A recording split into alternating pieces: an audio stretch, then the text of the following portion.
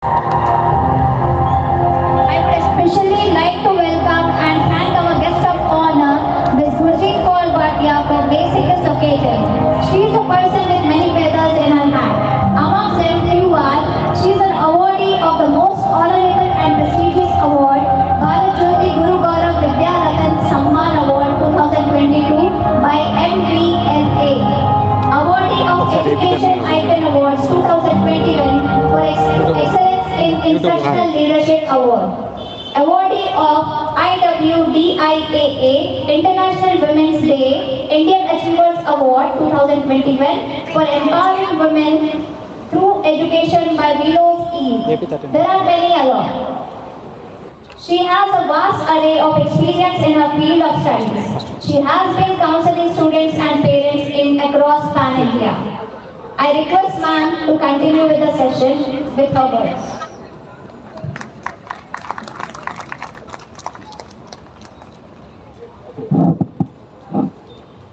Can you please pass it?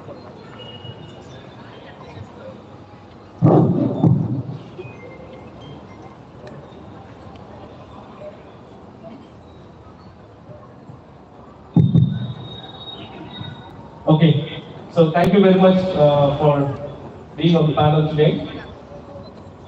I know, almost like, most of the parents we were requesting to be in the panel out of almost like, 960 people whom we approached, but out of which, like, I can see the only very few parents here. Means, it takes a lot to come over all the way to the school, not only coming to the school, but also coming on the dais. Definitely, it matters a lot. And I'm really, really proud, and thank you very much for being here today. Okay. So before, hope I'm audible to everyone. Is it okay now? Yep. So before taking this session, please understand this is not a debate what we are doing over here. And I want every parent, please respect other parents' ideas. And please do not take the mic entirely by you. Please hand it over to other person as well. Give chance to others to express their ideas, express their views. And let's be the good listeners. And let's not depend like this is not the case and you shouldn't comment that and all. Just respect this. Because we are all here to learn from each other. Okay? First, I'm setting up the expectations because I don't want any negative thing to be taken over from this meeting, but all the positives should be taken over. Okay? And this is not a complaint forum as well.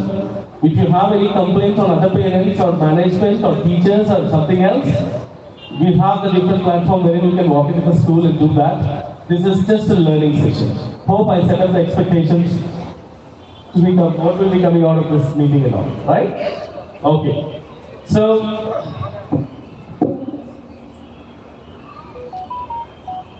before proceeding, the first question, I know, I heard most of the parents are from the third grade, A to BA5 and all, the third grade parents are actually coming up. I don't know, I didn't hear anything regarding the parents who are from the pre-primary. Anyone from the pre-primary? Oh, okay, yeah. Okay, good. So let me ask the questions related to the pre-primary parents. Or else, I know other parents in the sense you all have seen that world and you came up right now, right? So, how important that you think your role as a parent, especially when the children with the age group of 3 to 5, because, see, according to NEP, if you could look through, NEP told very clearly, the learning happens from kindergarten. Most of the people just ignore it. The learning at the kindergarten levels, they will just start sending to the school which is neighboring to their home. But the learning happens from the kindergarten. So let me ask you the question, as a parent, what role that you are managing right now and how much important as far as the parent role concerned and in which areas that you need to focus as far as your kindergarten child concerned?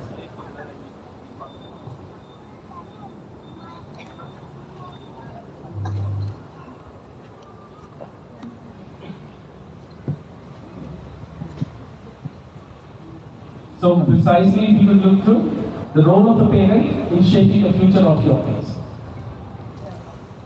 Everyone for the opportunity. Good evening, everyone. Thank you for the opportunity. So I extremely believe that parents should play a major role. In fact, I can send my kid to school and then I can take my hands off, but I mean, they stay in the school is only 3 to 5 hours. But rest of the time they are with us. So in one sentence, I can complete what responsibility or what role I play. Both me and my spouse are professionally, we are busy. We were busy, but I had to step back and take a break in my profession because I thought one of us had to give my child some more time, and we have to spend some qualitative time with her at this stage, where I feel she's like a sponge. Whether she sits in good water or some other place, she will absorb maximum before 6 years. I'm not sure, madam. Maybe you can correct me later. So I thought, though I take a break, but it is work, and I'm happy. I've got back to my profession very recently. I'm still doing well. This is what I feel as a parent, to give qualitative time when the child is very young, and I think a parent, anyone, is needed at the most at that time. So then what you are telling is like again, both are working. So you are sending a kid to the school, 3 to 5 years they are spending 5 hours they are spending in the school. But it is most important as a parent what you feel is giving the quality time to the children. Okay? So wherein it helps a lot in shaping the future of your kids. Okay. So any other questions? Like what is your role right now and what do you think like the most important in shaping the future's things like? Yeah. Good evening, ladies. Closure. Yeah. Yeah, I think I agree, ma'am, like on spending the time with kids. But my elder son, Ritik, is also studying the third grade, right? When we are teaching him the SPA and all those things, it is about the learning which they learn in the first 6 years. That is very critical. And what we teach him in general, we all. Hello. He also would like to come onto the stage, talk and all. Nowadays he says like without going to school, he says I want to go to school. I want to meet the teacher, I want to play with the kids. That's it, right? That's how he has molded him up to, right? And thanks to the school for that SPA concept, which I believe strongly that that is one of the most required thing for the apart from education. Right? And coming to this part, and we should listen first of all to them instead of saying no, no, no. We should listen to them actively and what they are saying. And after certain days, it will flow with the flow whether they are going wrong or right. Right? That's what I mean. Thank you. Thank you. Good evening, Trellis. Thank you for the opportunity, and it's a very wonderful question to start with. It's a very good discussion, very good question. And my opinion on being a role as a mother or parent. I sincerely believe on before raising my child, I should raise myself. Because our kids closely observe what the parents do. So I strongly believe on so far I never teach anything to my child. Whatever he has nurtured, whatever he has grown up, it's purely based on observation. So I strongly believe on the role of a parent is not a capability. It's neither it a motherhood or a fatherhood. I strongly believe on it's not a capability but it's a great responsibility. Because we are nurturing the future generation and it comes up with a lot of responsibility.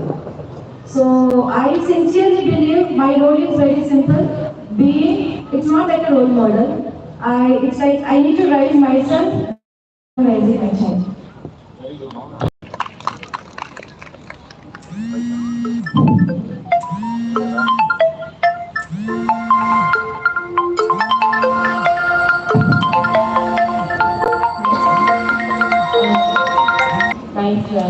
all this idea. I want to share one thing which I learned from two people. One, I learned from Sadhguru. Everyone must be aware of Sadhguru. Yes. Yes. Hello. Somebody asked Sadhguru, sir, how can we raise the perfect child? So I want to make my child, I want to raise the child in a very perfect way. So how can we do this? So Sadhguru answered, you have to become perfect person. The solution was we have the children become perfect looking at us, they learn from us. So we have to so he just answered that we have to become perfect in order to make the child perfect. This was the answer. And second thing, once I was very much worried because the child was not eating, so I asked the doctor, ma'am, she doesn't eat, so how should I make her eat? So this was the basic question actually all parents ask. Whenever they go to the doctor, the first question, how to make, they will not eat, they are napping. So that is the solution she said to me. Ma'am, you start eating in front of her, looking at you, she will learn how to eat. So this was very simple answer, and I made her sit in front of me and I started eating whatever I want to feed her. So I started eating and looking at me, she started eating. So it was very simple. So two things. One thing, you have to make yourself perfect first. Second thing, you have to you have to start eating so that the child will look at you and he will not eat fruits or vegetables. Then you have to start eating in front of him so that he will look at you and he will learn. So net what you were telling, like definitely, whatever the things that you wanted to see within the children first, you need to follow it. Very good. Yes, anyone here? Yes, please. Good evening, Team Trellis. It's my great opportunity to be here with you all a beautiful evening. Good evening, ma'am. Since we are talking about raising children and what are the conflicts we are facing with the kids, as ma'am said now, if we are raising children means, as Sadhguru answered for that, if you are raising a children means you are raising a cattle, right? We are not going to raise cattle. We should cultivate. You should grow the plants in such a manner. You should water the plants. It should be over to the sunlight and water nurture. From the seed to germination, we have all the things. But it is the life which have the emotions, bonding with the parents and throughout the surroundings. Likewise, each and every aspect around us, it will influences the child mentality and the psychology also. That's what I believe, ma'am. Likewise, as my kid is here with Tetu, he is I can't say he is an hyper kid, but he is he will make us hyper. Yes, sir. Yes, sir. Yes, sir. He will chooses us whether my mom is watching me or my dad is watching me. If I have to do this means I have to divert them. He will do like that. That's how they are tuning us. What should we do, ma'am, for this? Let me have a solution for this too. Thank you, sir. Thank you. In fact, it's a common problem. The child will never get hyper, but they make the parents hyper. It's not only a problem of one parent, but being a parent, I think everyone's problem is the same. Okay, definitely we will be having a good conversation regarding that. Okay, any other things like what is your role in shaping the future of your kids, especially during the early stages? What is your role in shaping the future of the kids during the early stages?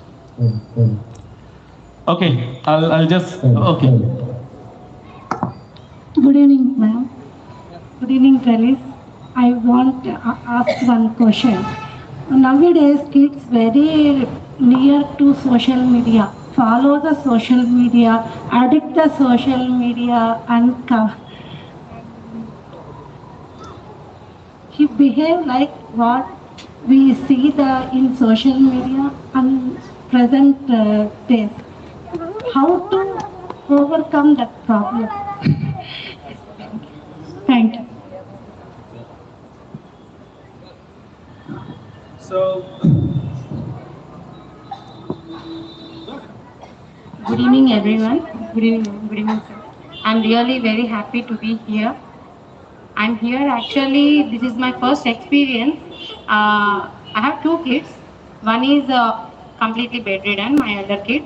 So that's why I didn't go any school for her and anything.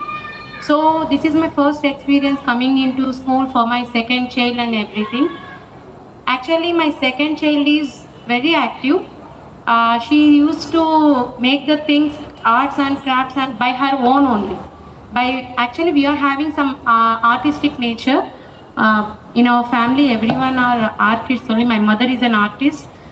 So that we have that line also, drawing and everything, painting and everything, so that I'm encouraging her. She is learning from ourselves. So that's very happy when she was in 3 years old only, she made to write ABCDs and everything. So I watched her and okay, she is very much interested in writing and learning things and everything. So I used to encourage her in that manner. Actually, I don't used to be harsh on her, but I will be very as as a mother, I am strict only because by society I am maintaining some strict rules on her. So what I observed is whenever she used to come to school and after the school, she used to she is very talkative actually. She is very talkative because she's grown up only as a single child only right now. So I'm stopping her at moments, and after that I'm thinking, okay, she's not having any siblings or like that. So that she is used to stock everything. She used to share everything like with me only like that. At that moment, I thought, okay, I should not stop her. Let her talk. Let her talk. Yesterday itself, one incident has happened yesterday in school. So after that, when she reached home yesterday, ma'am, really she cried a lot actually. You are not at all looking after me. You are taking care of her sister only. You are not at all looking after me. You don't need me. So I felt very bad for that. No, no, not like that. So these some kinds of misunderstandings are going on between us. So now she is able to understand. Today she tell, okay, mommy, I will take care of our sister. No need. I will stay alone with her sister. I will take care of her. I will be. You go. You just go and attend the meeting and everything. No problem. Like that she told me today evening. Yesterday that has happened. Today she realized, okay, mother is taking care of everything. So my sister, family, outside and everything. So I should be responsible on my sister only.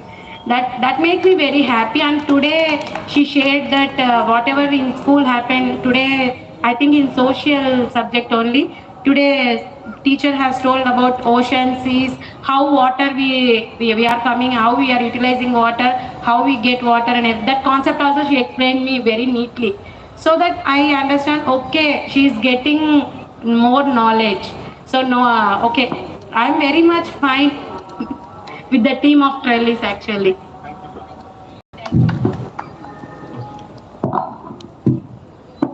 so I know there are certain challenges.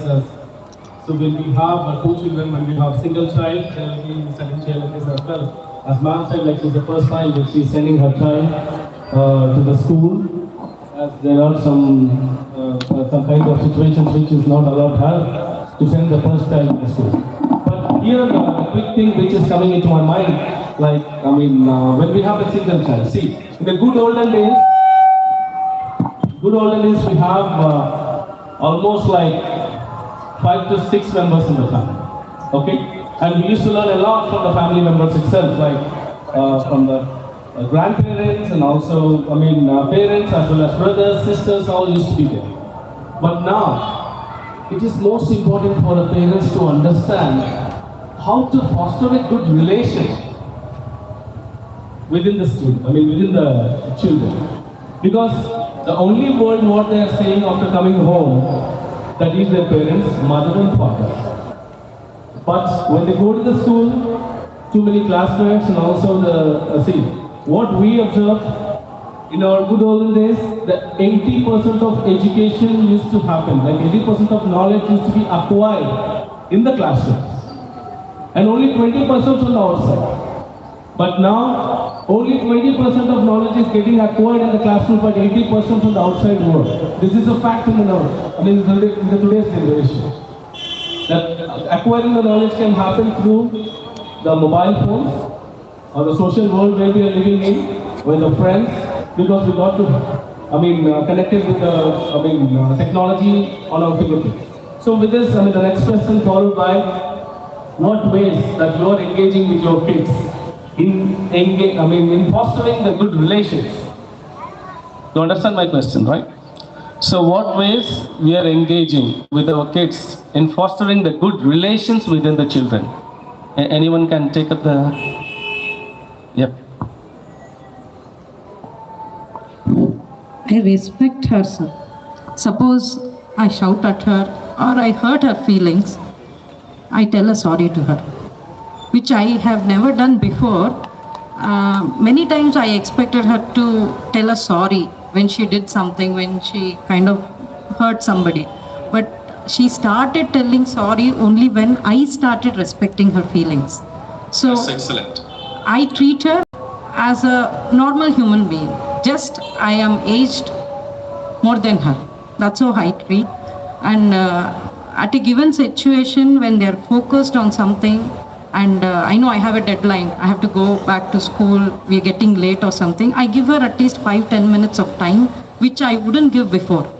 She's happy, enjoying, she's watching a butterfly in the garden and having very nice time. But my deadline is forcing me to pull her away from that happiness.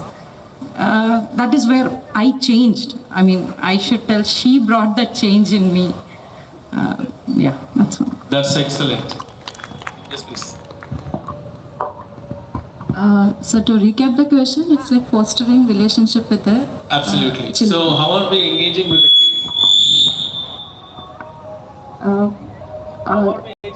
So my practice regarding engaging my child is in third grade now, Shri Advaita Sinha. So how I engage him, of course now this generation kids are super active kids. It's not like my generation or previous generation. Yeah. So they are super active and they learn quickly. The 24 hours, they do 48 hours job. So engaging them, I feel personally like every activity has both the sides, positive and negative, including the social media. So fostering relationship in all the aspect is like, as just now we spoke, like now we are all a nuclear family. He may not have the physical proximity with all his people, maybe the grandparents, the sides and aunts, uncles and so on. But whenever the situation comes, I never miss the opportunity to meet them. So that I encourage. And my child is like, he may not show interest on talking video call because he love that personal rapport. I'd never force him, as I completely accept with ma'am, I never force my child like do this and do that without his consent. So it is like I have noticed like over a period of time, I'm still sticking on my statement, like I'm raising myself before raising my child. So instead of forcing him to do certain things, I'm trying to understand what his dislikes and what he likes. So how I engage my child, coming to that main part, how I engage my child, of course, he also watch whatever he would like to. But I see that will be nurture his values. And I never discourage, if his screen time is more, I never discourage him, but I tell him that this is the screen time that you are focusing on. Would you like to reduce it? So I'll take his consent and then only I'll try to implement it, because shutting down abruptly may not be a good thing.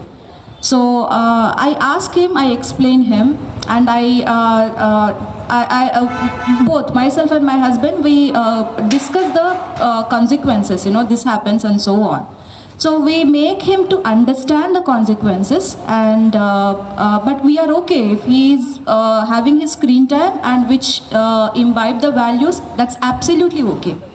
and fostering the values in my child is I have introduced, because I love reading books, and in front of him, I read books. So he is also starting slowly, whether it is a whatever it may be, the pictures or whatever it may be, he's asking like to explain.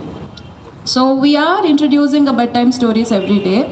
So that is how the quality time, though we both are professionals, the quality time we are giving, the fun time we are giving before going to the bed, that half an hour is very valuable time for him, for us, in a 24 hours of a busy schedule, because nowadays kids also very busy, sir.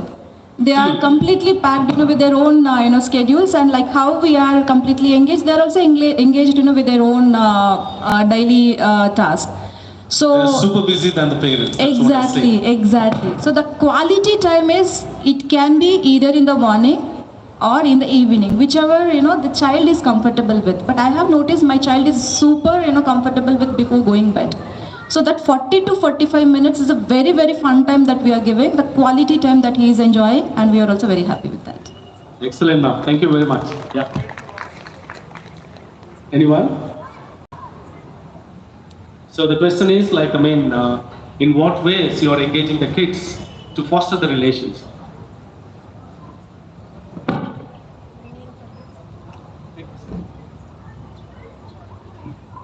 Good evening, Trellis.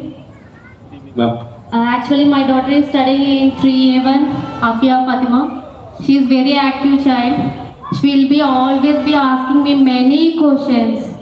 What is this, Mama? What is that? Why this is happening? Why this is not happening? Even I don't know. I have learned a lot from her, from that questions. And she is very active. And I always keep her busy by participating her in many activities, not only in school, but also in sports, in music, and in Arabic classes. I will be sending for many classes. Not only that, and also I will be playing with her. Play with her, and we'll be keeping small competitions in such a way that I will motivate her in a healthy manner. She will get interested in the things in which she is not interested, and I'll give small surprises by giving small cakes, any ice creams, and I will make her favorite food. And also she will be asking many questions. Once she asked,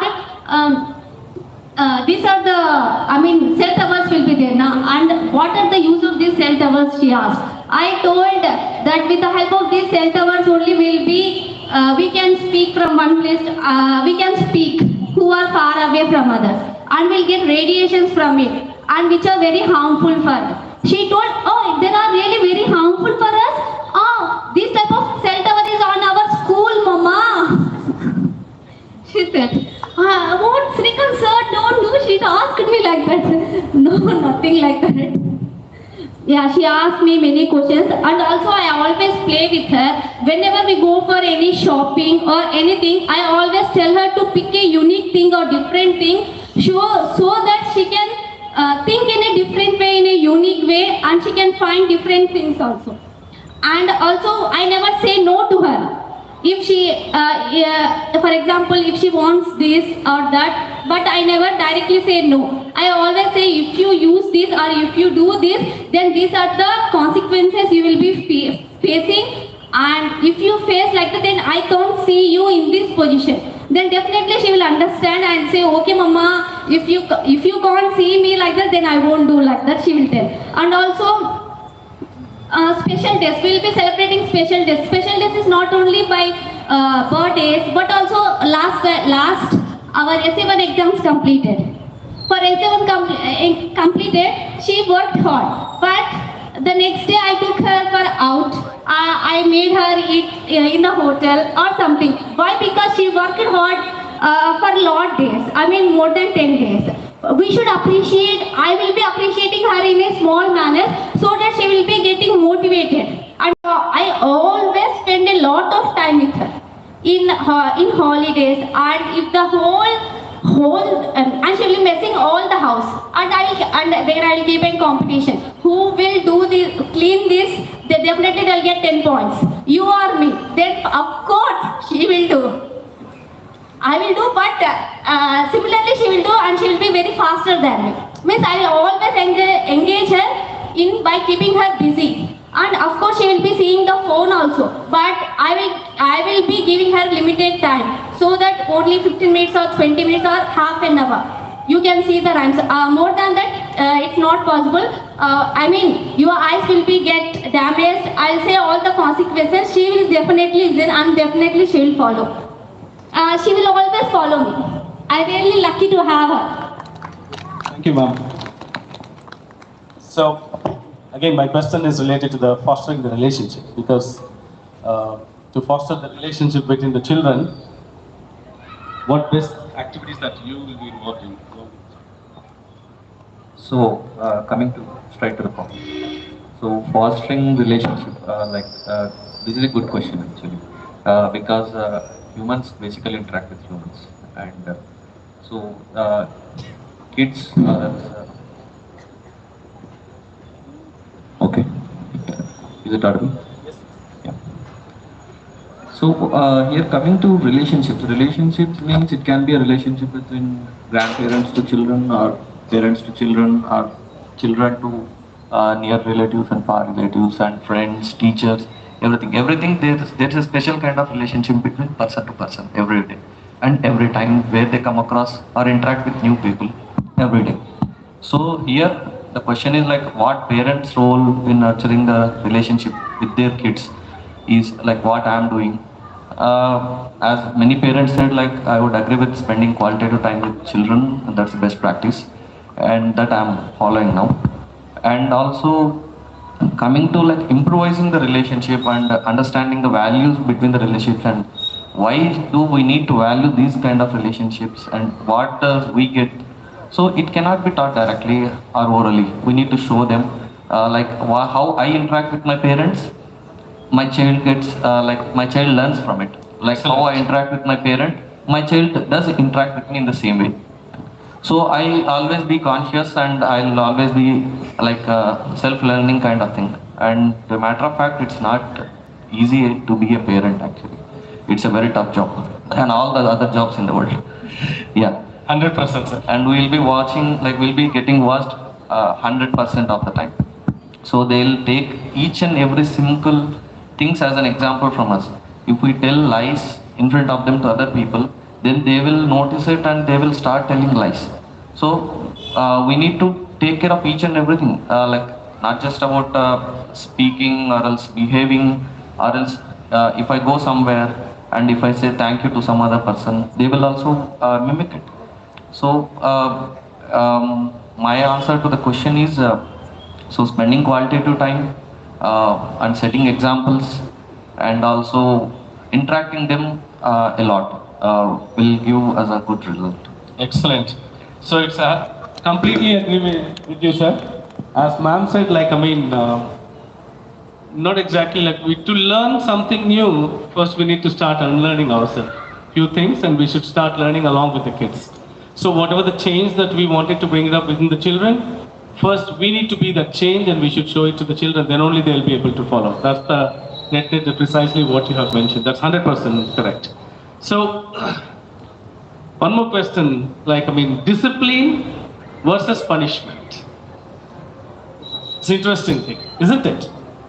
Most of the parents they talk, of course, including me. If you take they will be losing my, as ma'am told, like we'll be losing our, control.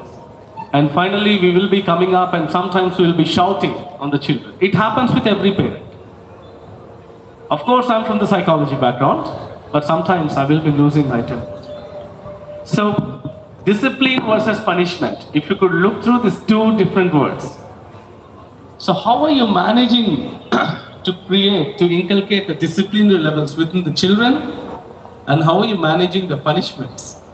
Punishments, I don't know if it's the right word or the wrong word, but I just wanted to connect with you narrowly, so wherein you will understand it, because sometimes you'll be giving the punishment for your children as well. Okay? So, not from the school standpoint, I'm talking from the parent standpoint again. Okay? So discipline versus punishment. If you could look through these two words, like how are you managing the punishments within your child to inculcate the best discipline?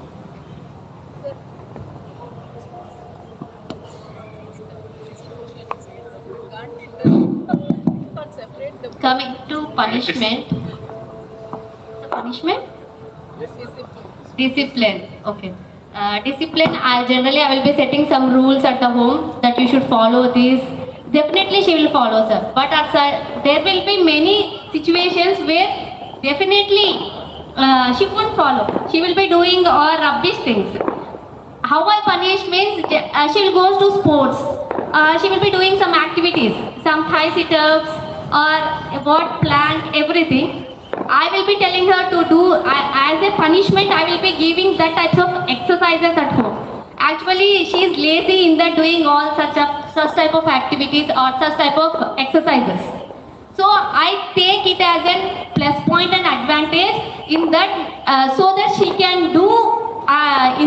She can complete the exercises also, and similarly the punishment will also be completed. I will be taking in that points in that way. So to get the control, you are giving the exercises as a punishment to your child. Okay. Yes. First of all, thank you so much, sir. And my big apologies to the panel because I'm late on this stage. So sorry for disturbing that. And one quick thing I want to check with you. Because in a panel, I can see there are a lot of super minds are sitting on stage. So I don't want each and every point to be missed because these are very, very, very learning points. The people who actually wanted to learn. So I want to check with the parents out there. Are each and every point are they following? If they are not comfortable in English, we are happy to talk in Telugu because language is not a barrier. You can talk in any language, and there are certain questions. వాళ్ళకు కూడా questions ఉన్నాయి. వాళ్ళకు కూడా అడగబోతున్నాం. We are not going to leave them. That's great. That's really great because see, this line, right? Punishment and discipline. Where discipline can learn from the parent, how Abdul said right now, what I am behaving at home, how I am behaving at home, that really matters to my kid. And I don't need to teach him like, sit, learn this, come on, I will teach you a discipline, come. No, this is not the way. How I behave, how I am behaving with my wife, with my kid, with my parents, with my brother, with my sisters. And see, simple thing. How I am treating girls at my home.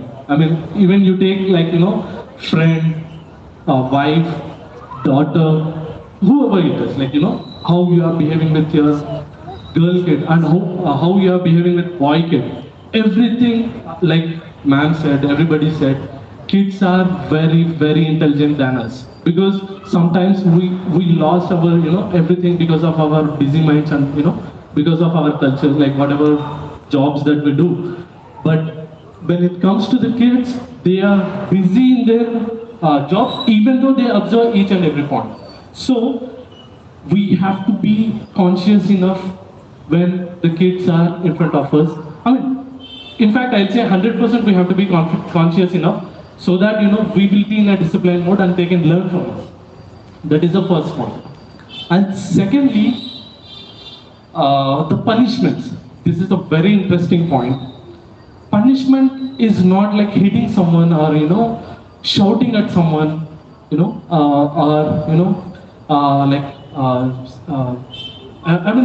giving some gestures like this. No, this is not the punishment for them. Punishment should be in such a way where they can learn it. How we give tasks to them. Frankly speaking, like if my kid do something, right? If something he did wrong, there will be some connectivity between the action that he has done. Something would have happened in his situation. I'm not going to take any example right now because there are lot of situations, it needs more time to explain, but some situation happened to him, that's the reason he's behaving like that. We have to understand that and we have to be mature enough what situation happened to him.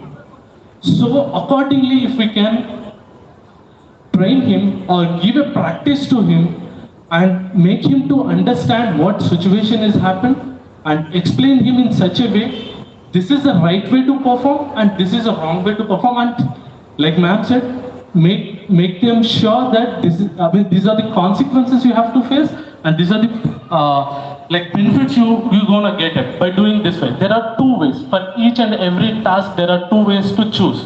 Which way you want to choose? Just try to explain them and understand their mindsets. Accordingly, you act it as a parent. I mean, that is what I'm gonna behave with my kid, and I'm not saying that like 100% I'm going to do it. I'm practicing it. Not just started. I'm learning it because I didn't know it in past. Like I don't know. In past we don't know our parents are like sitting like this, like do like that, do like this. We'd never get that. Now our kids are so lucky. They are getting parents like us. Like they are getting so much of thoughts, so much of innovative. I can also, I just want to end up with one short point saying like social media. Social media is bad, of course, but there is a lot of good things. Because frankly speaking, opening up in front of everybody, I am learning a lot of things from the social media for the good parenting. There are many teachers in social media. Because of course I'm not encouraging to my kid, I'm stopping him in some YouTube Kids and other stuff. But still, for my side, I will be subscribing to the parents who are educating to the parents on what way we have to do good and how we have to behave with the kids. So I would recommend whoever wants to be friendly or who are not able to communicate with your kids, or you are not able to mingle with the kids because of your that credibility or whatever that you call it as. So try to follow them, try to understand the things and just perform the things with your kid that really change the world. Thank you so much for this opportunity. Yeah, good evening to everyone. ఇందాక మీరు చెప్పినట్లు punishments and discipline. So అంటే చూడడానికి రెండు ఒకేలా ఉన్నా రెండు different things అనమాట. ఫస్ట్ డిసిప్లిన్కి వస్తే పిల్లలకి role model first parents compulsory. So ఎవరు అవునన్నా కాదన్నా ఫస్ట్ పిల్లలు పేరెంట్స్ని చూస్తూ పెరుగుతారు. ఏం చేస్తున్నారు, మన మదర్ ఎలా ఉన్నారు, ఫాదర్ ఎలా ఉన్నారు. సో డిసిప్లిన్ అనేది ఫస్ట్ మనకి. So we have to maintain discipline first our self only. Yes right. Next punishments అంటే డిసిప్లిన్కి వచ్చేటప్పటికి మనం ఫస్ట్ పిల్లలకి చెప్పాలి ఏంటి డిసిప్లిన్ అంటే ఏంటి. So this is the good, this is the bad అని చెప్పాలి. ఫస్ట్ ఆఫ్ ఆల్ పేషెంట్ అంటే మనం ఓపికగా చెప్పాలి వాళ్ళకి. So sometimes we lost our patience. So then we shout and we will. అరిచినప్పుడు వాళ్ళు హర్ట్ అవుతారు. డెఫినెట్లీ పిల్లలు హర్ట్ అవుతారు మనం వాళ్ళ మీద అరిచినప్పుడు. సో అంటే వాళ్ళకి తెలియదు మనం ఎందుకు అరిచాము, మనం ఎన్నిసార్లు చెప్పాము ఓపికగా వాళ్ళకి అనేది ఫస్ట్ ఆఫ్ ఆల్ మనం పిల్లలకి చెప్పగలగాలి. నేను ఎన్నిసార్లు నీకు చెప్పాను ఇది చెయ్యొద్దు, ఇది చెయ్యొద్దు, ఇది చెయ్యొద్దు. సో నేను ఎన్నిసార్లు నీకు ఓపికగా చెప్పాను. సో నువ్వు విన్నావా ఆ టైంలో? వినలేదు కదా. నువ్వు విన్నప్పుడు మమ్మీ అరిచే అవకాశం నీ మీద రాదు కదా. సో ఫాదర్ కానీ మదర్ కానీ వాళ్ళు ఫస్ట్ చెప్పినప్పుడు మీరు విన్నట్లయితే వాళ్ళు మీ మీద అరవరు కదా. సో ఇది ఫస్ట్ మనం చెప్పగలగాలి పిల్లలకి. దెన్ దే విల్ అండర్స్టాండ్ అనమాట. సో పనిష్మెంట్స్ ఇచ్చే అవకాశం ఎప్పుడు వస్తుంది అంటే కంప్లీట్గా మనం ఎప్పుడైతే మనం రోల్ మోడల్గా ఉండమో వాళ్ళు అప్పుడు ఫాలో అవ్వలేరు. వాళ్ళు ఫాలో అవ్వలేనప్పుడు మన ఫ్రస్ట్రేషన్ని వాళ్ళ మీద పనిష్మెంట్గా రుద్దుతున్నారు అనేది ఇట్స్ మై ఒపీనియన్ అనమాట. I don't know madam, is it కరెక్టా?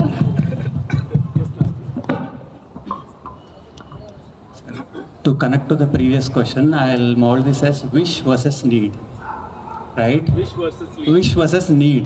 Okay. Now the parents are in such a stage that okay, if kid requires 100, they are giving 200 already. 100%. Right? And there should be certain wishes with them, right? To progress further. అన్ని విషయస్ మనం ఇప్పుడే వాళ్ళకి కంప్లీట్గా fulfil చేసేస్తే they will not be having any zeal to go forward. Okay, I asked for bike, my dad purchased bike. I asked for some PC, my dad purchased this, right? This is this. And coming to this punishment part, right? what we say is like bedtime stories. In that part, that responsibility, right? That responsibility, if we develop in the people, right, kids. Let us say I do say Ramayana every day in the night. He, I think 3/4 of the part he will able to recite with me. Right? Whenever we go outside, whenever we hit certain people, వాళ్ళకి ఎలా ఉంటుంది ఏంటి, how to treat certain people, and all those things. On his birthdays, we go out, right? We give certain things to people and all those things, and he sees how much people are craving towards it.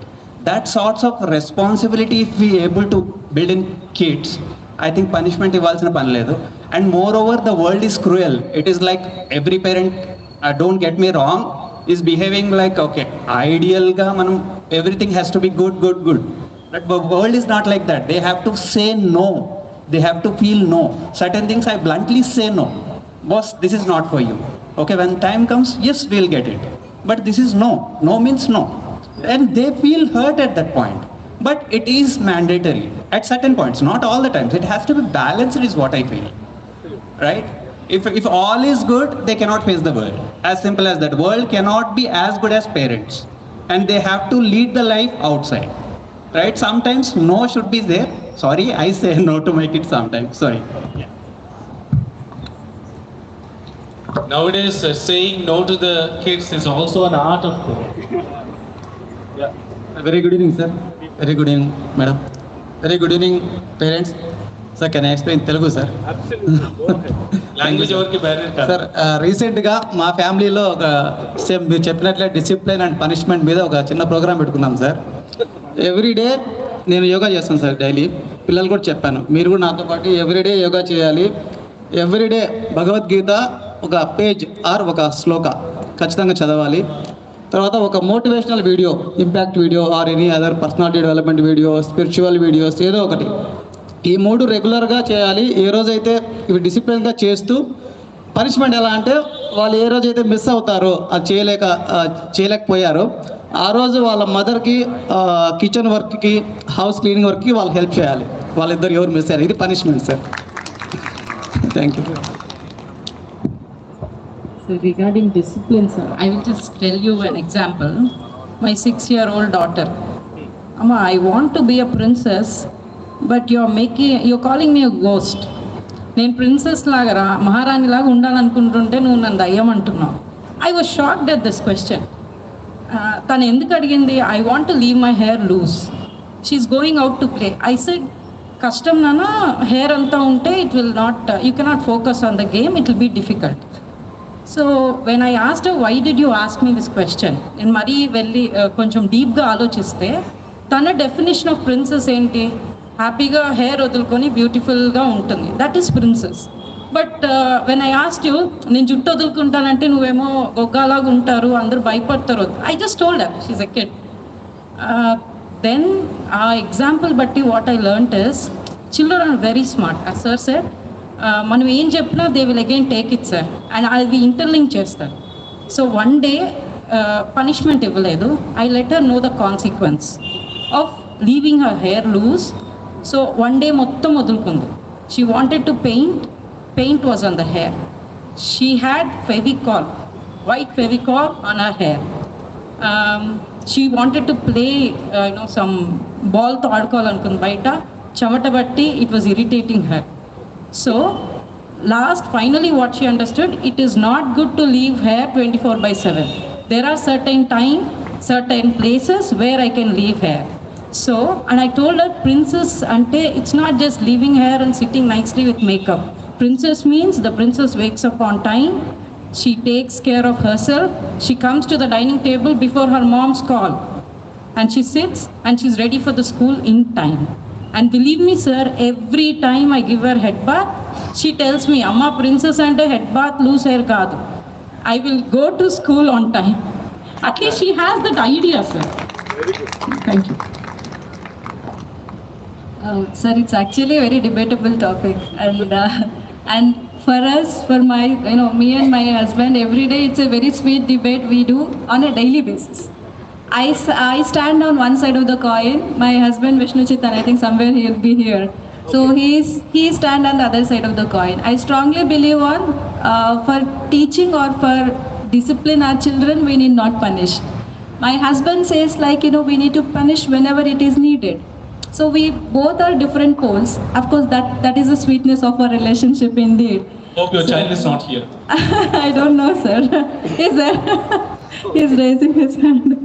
So what I believe is, yeah, I strongly believe like, it's a child is like an adult. We need to treat him as like an adult. They also have their self-respect. We should not, hurt their self-respect. My husband says, they have a lot of curiosity, though we need to respect, their opinion, but we need to tell them which is right and wrong.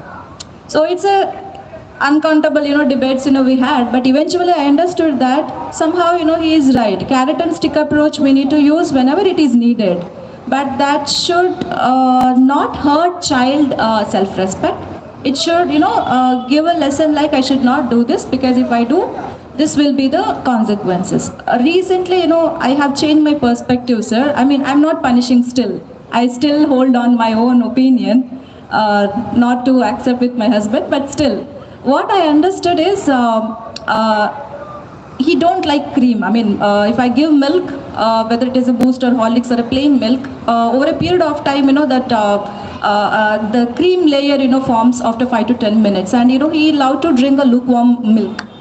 And he filters the milk and he drinks it. So every time it spill over on the floor.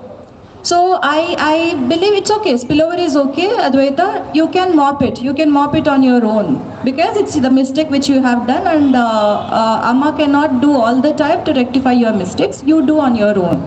So every time, he used to mop it. But I understood why he is not rectifying his mistake without spilling over the milk and drink. Then I have observed, where he is going wrong. So he is taking, the small tumbler, the very small in size, and pouring all the milk into the tumbler. So then I have told him like, Advaita, check the tumbler size. What is the tumbler size? What is the size of the milk tumbler and what the milk, other tumbler that you have taken?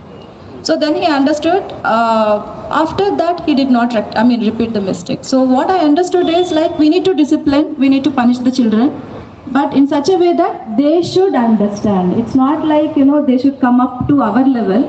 We have to come down to their level to teach how to, rectify their mistakes. After all, we are human beings, sir. Though we are 40 years, 50 years, 60 years, we do mistakes in daily basis. Yep. So we need to see them, they're not robots. After all, they're human beings, mistakes happen. Yep. So punishment should not be hurt their image, it should build their self-esteem. Okay, so to respect the time, thank you very much for all the parents for being here today in this panel discussion. Of course, we do have the several questions, but I do not want all the questions to be posted right now. We have subject matter expertise, Gurjeet Kaur here. So let's listen more from the Gurjeet Kaur ma'am, and let's step into the, Gurjeet Kaur ma'am session now. And first of all, anyways, thank you very much for being a part of it. And all the parents who participated here will be receiving the certificates from the school as a token of appreciation.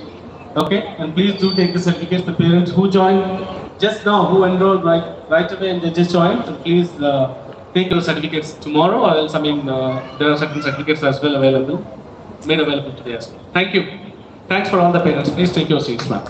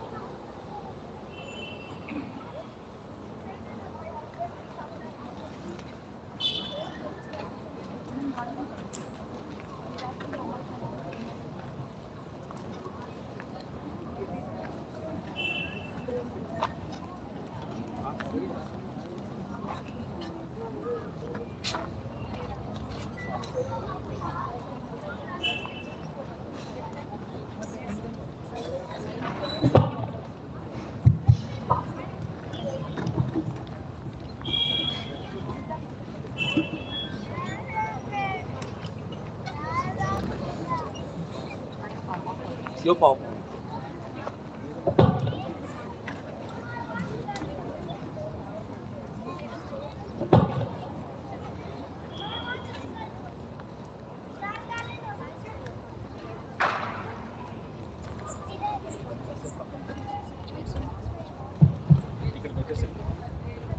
Sir, good evening, sir. Ma'am, 1 second. ఒక చిన్న topic ఇందాక మీరు అన్నట్టుగా discipline and punishment, క్రమశిక్షణ, శిక్ష. శిక్షించేటప్పుడు శిక్షణ వస్తుందంటే ఆటోమేటిక్గా క్రమశిక్షణ కూడా వస్తుంది సార్. సో శిక్ష ఈజ్ ఇంపార్టెంట్. మనం శిక్షించడం అంటే ఊరికే కొట్టడం అరవడం కాదు, దాని నుంచి శిక్షణ వస్తుంది, ఆటోమేటిక్గా క్రమశిక్షణ వస్తుంది, అంటే శిక్షించడంలో తప్పలేదని నా ఉద్దేశం. Thank you, sir.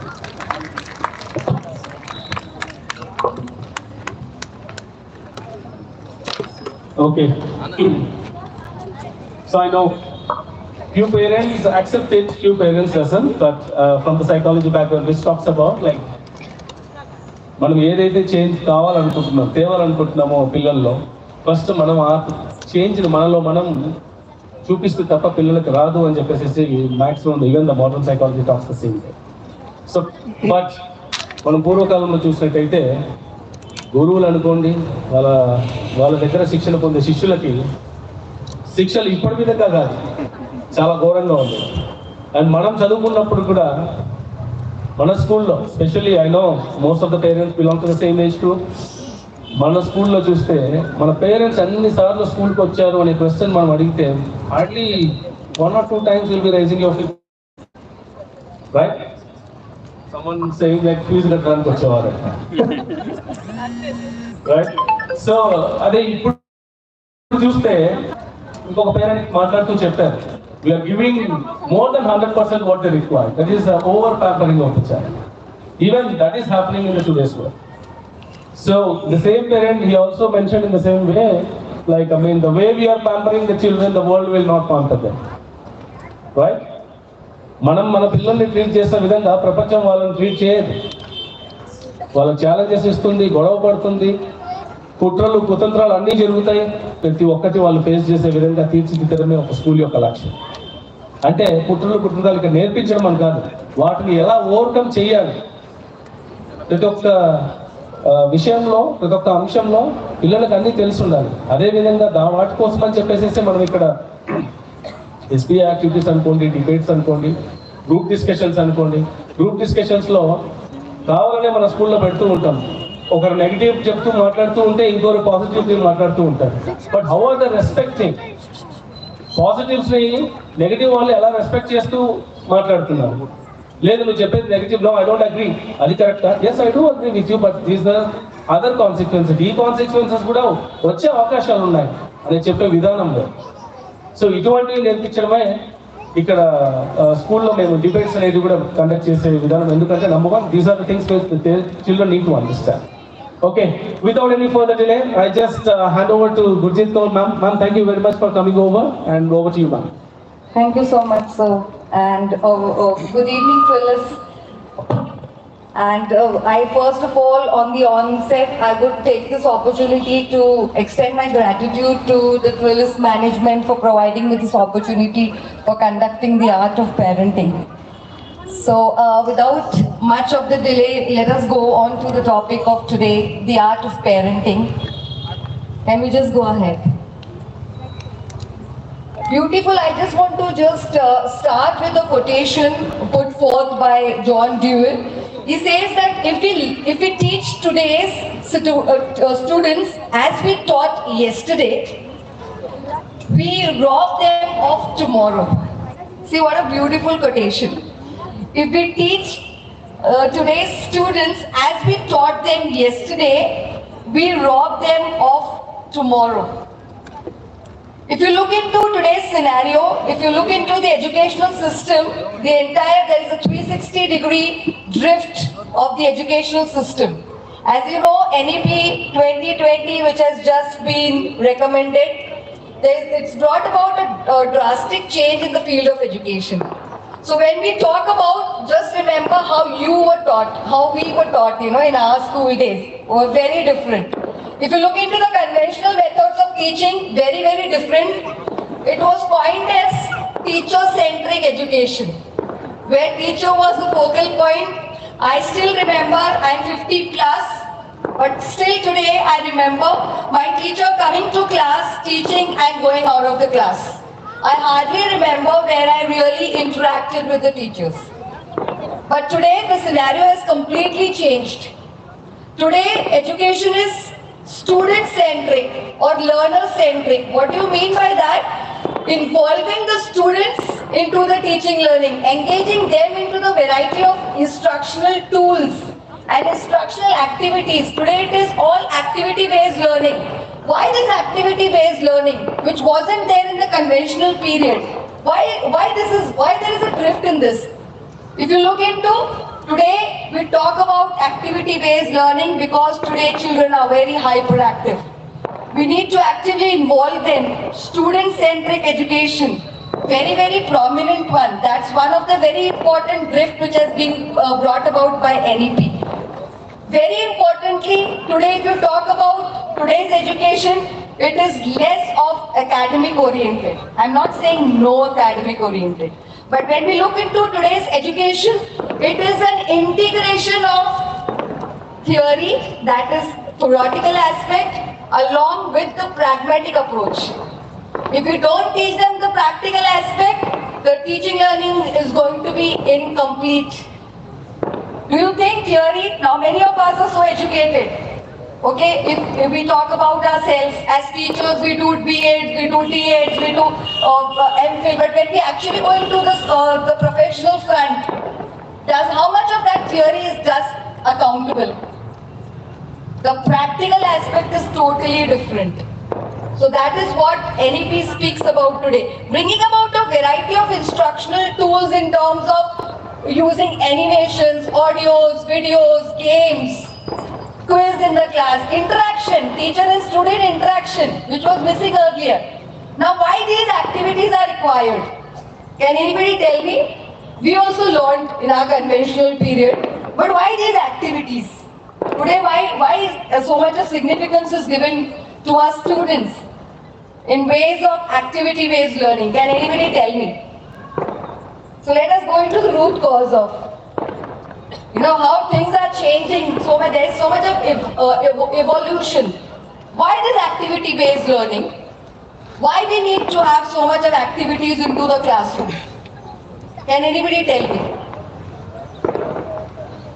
Yes.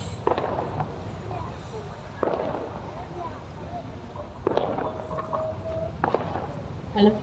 Yeah. It's because focus, concentration is important.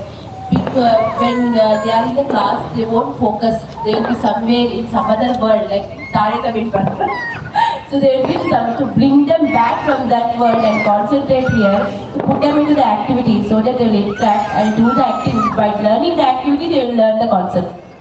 Wonderful. Anybody else would say, wonderfully said, ma'am. Anybody else would tell why today activity-oriented education is important? Because we are going into the fundamentals. That's also a part of parenting. Because after all, parenting is also giving the best of the education to the child. We improve the teamwork skills. Wonderful.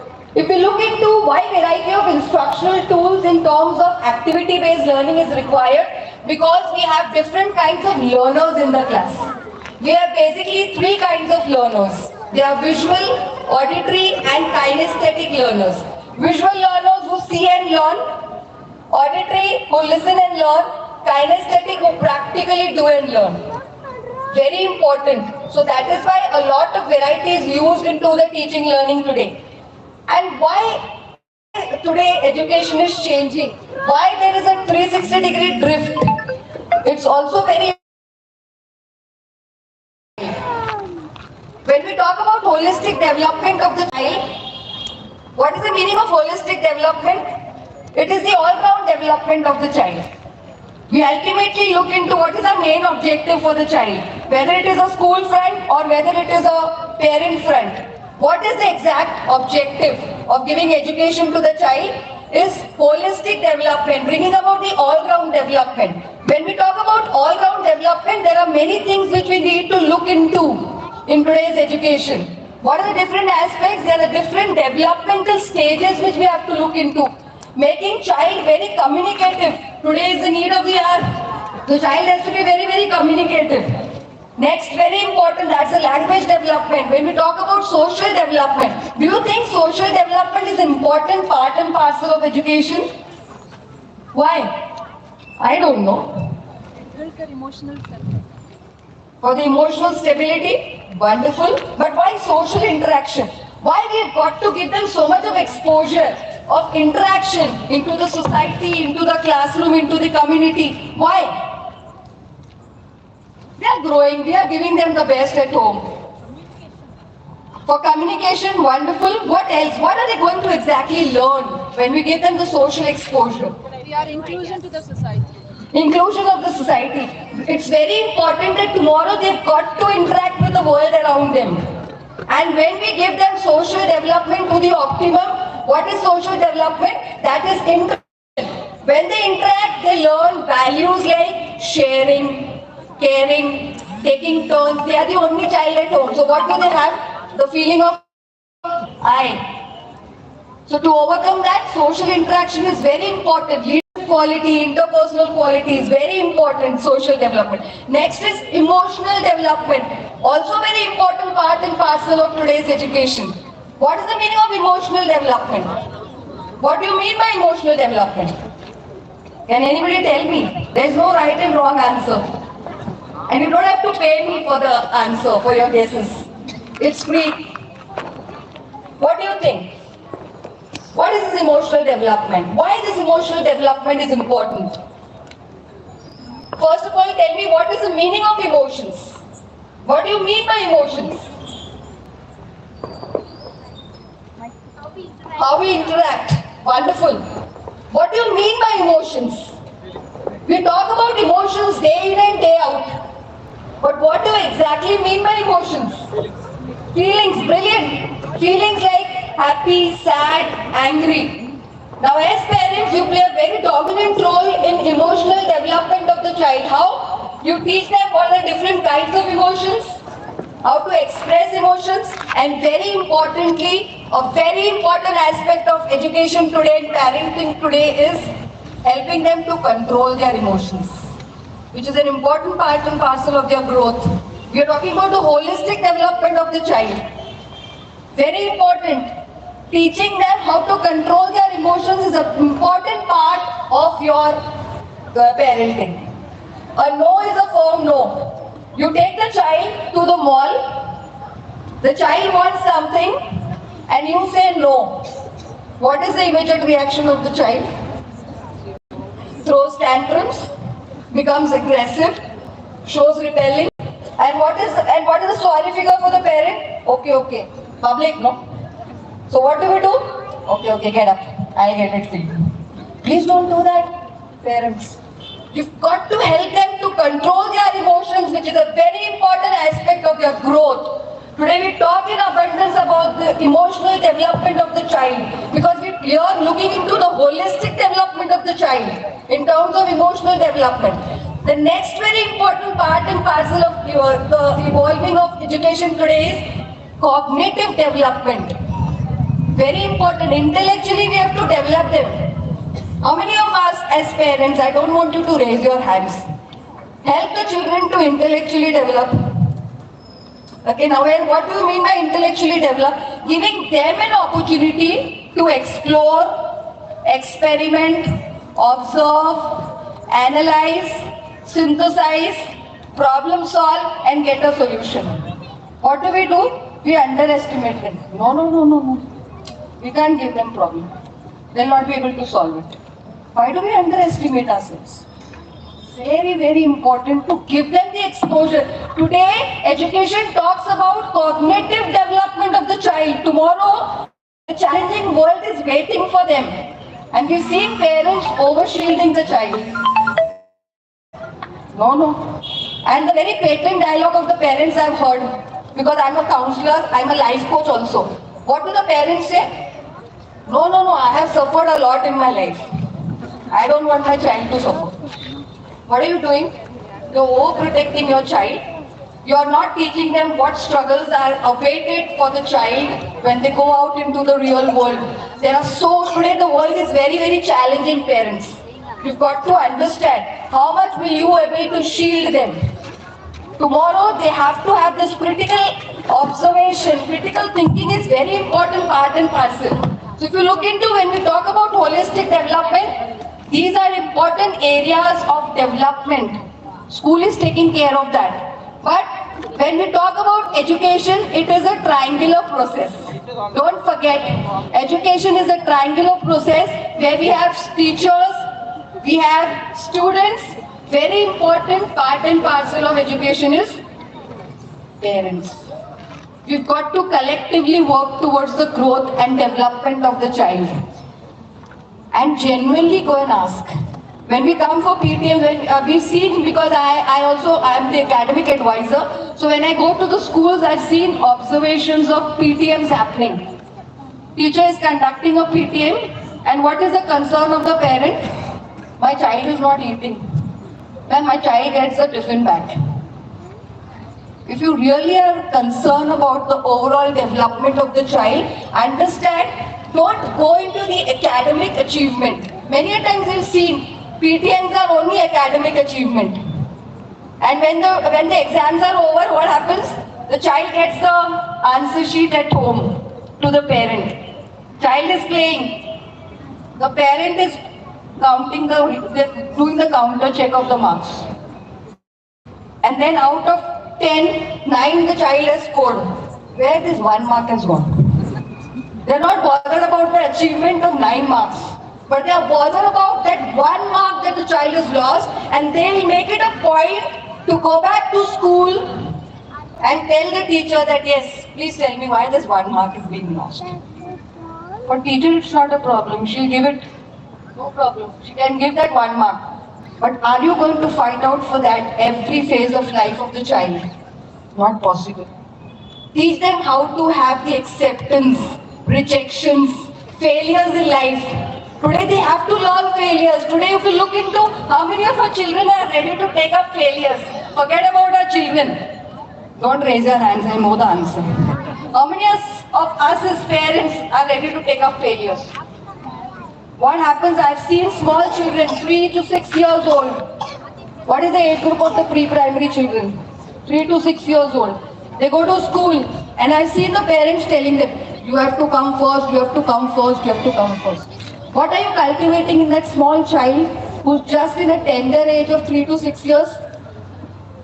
And that child learns I. Because my parents have told me I have to come first. And that child steadily grows up and becomes 21-year-old. And suddenly the parent realizes, my child has become very selfish, self-centered. It's a question to be pondered upon. Who has made that child like that? So today education plays a very important role. I wanted to start with that. Coming to the next slide. What about child's aspirations? What is the meaning of aspirations? What are the child's desires, dreams, what they want to become? What do we as parents do? I was not able to become a doctor. What will I do? I will see that my child becomes a doctor. You put your aspirations into your child, which is not very healthy. I am a career counselor, facilitator as well. Of lately, I had a case where I do the counseling for the students along with the parents. There was of lately a parent coming with a student to me, with a child. The father is a very, very eminent surgeon. Okay, and he said, I want my daughter to pursue science and do MBBS. Why? Because I want my legacy of surgery to be carried forward. I have this habit of doing counseling separately to the parents and students. When I counseled the students separately, that student broke down in emotion and said, if my father is going to force me to go in for science, I'm going to end my life. Because my passion is interior decoration. And my father is forcing me to go in for science, which I'm not passionate about. I'm definitely going to end my life. Because it's going to be very stressful and full of pressure. I counseled the father, and today the daughter is wonderfully, happily doing interior decoration. Aspirations. Are we giving them a platform to go forward for what they want, what is their desire? Next is expectations. Next, creativity. Today we are into the 21st century, and the very important aspect of 21st century is creativity. Innovation. What is the meaning of creativity? Innovation. Thinking from all possible directions. Giving them the scope of thinking where they think from all possible directions. There is no right and wrong answer. Giving them the scope where the spectrum of thought is given. They do a lot of brainstorming, creativity. Today children are at a very different level. Coming next to original thinking. Are we helping them for original thinking? I'm not answering. I don't want an answer from your end. Are we giving them scope for thinking? Originality. What are we doing? We are saturating their thinking by putting our thinking, our thoughts into the child. Are we doing the right thing? Because today, children require original thinking. They are full of imagination. Very important. They are full of imagination. What does imagination help the child to grow? When you give scope for imagination, the child becomes visionary. They start visualizing. They start thinking from all the perspectives, all the possible directions. Today we are into the EdTech world. Today children are into the EdTech world. Agreed? How many of you all will say no? Please raise your hand. None of you all. Okay? But still we restrict our child for not using technology. Why? Ma'am, harmful, no? Today, do you know that technology was existing since ages, but only during pandemic, we understood the criticality of technology. Today, everyone is techno-savvy. You go to the hawkers out, vegetable seller, they have the Google Pay scanner. We know everything. We know everything now. We are so tech-savvy. I have a very small child in my neighborhood, 3.5-year-old. Whenever I'm at home, she'll come running to me. She'll take my phone and she'll start doing something. I'll ask her, what are you doing? She'll say, Auntie, I'm playing a game. 3.5-year-old. Then I'll say, this game wasn't there in my phone. Auntie, you don't know this much. She knows how to go to the Play Store. She knows how to browse the different games, select, download and play. What is the age group? Just 3.5-year-old. Just understand what impact the technology is playing. Today we have to be one step ahead of them. Today you cannot restrict them from technology. Yes, you need to have some limitations for use of technology, but we cannot rule out technology completely. So very importantly, we talked about parenting, art of parenting. What is the meaning of parenting? Let us understand from the root. What is parenting? Can anybody tell me? I'm asking a simple question of what is parenting? All of you all sitting over here are wonderful parents. Doing your responsibilities and duties to the fullest of the optimum capability and capacity. What is the meaning of parenting? Inclusion of oneself as our life. Sorry? Inclusion of somebody's life as ours. Wonderful. Both are not different. Both are not different. When wonderful. If you ask me, it is a legacy carried from generation to generation. Isn't it? Parenting. So many a times I've heard parents saying, today's generation is different. Today parenting is different. Parenting is not different. Fundamentals have never been changed. What are the basic fundamentals which were existing even when you were a child to your parent? What were the basic fundamentals? Emotionally getting connected and value-based, which is again expected thing today also from parents. What is the meaning of art? Art is not strategy, it is not technique, it is not the tips. It is making your child believe that yes, I am there for you. Don't worry. If you've made a mistake, it's okay. How many of us say, okay, it's fine.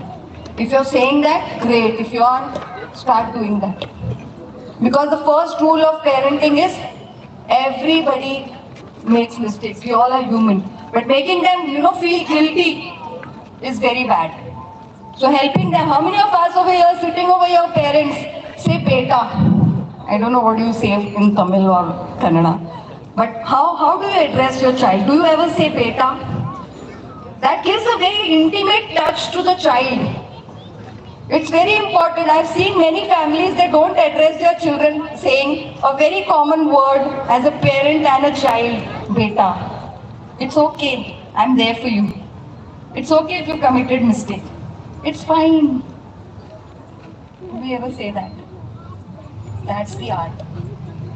Very importantly, when we go next, please.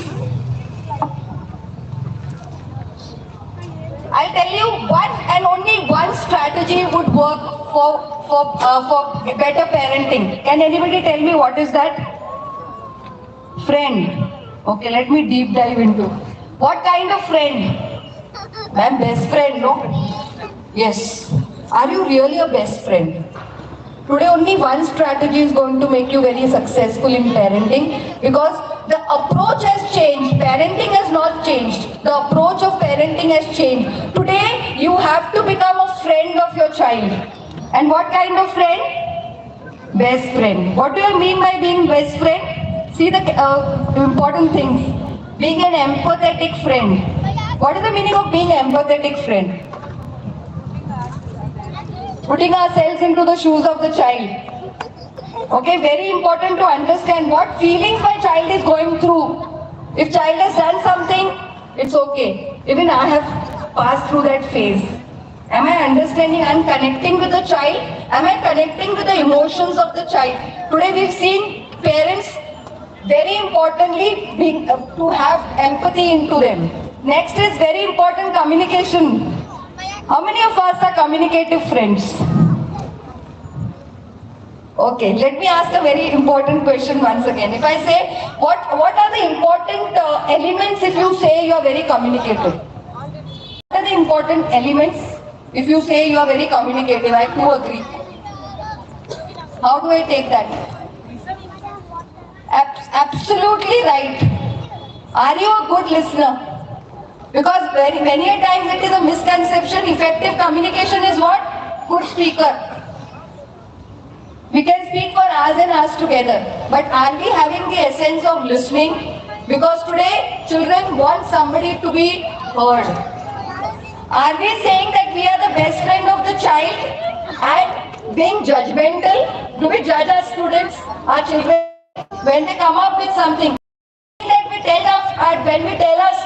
tell our children, anything you can come and share with us, whatsoever, come and share it with me. Okay, I'm your best friend, and you feel that they are sharing everything with you. One fine day, you come in a state of shock, and you come to that there is something which is revealed, and you come to know, my God, my child did not share this with me. Why did that happen? You were the best friend. You were the best friend. Why did the child give you a shock one fine day? It got revealed that what was not revealed earlier. And you come. Are you psychologically connected with the child? Because there is a gap of identity. What is the gap of identity over here? I know my parents are very good friends of mine, best friends of mine. But if I ask my father or my mother, I want to go for a sleepover, my mother is going to react. In fact, my mother is going to overreact.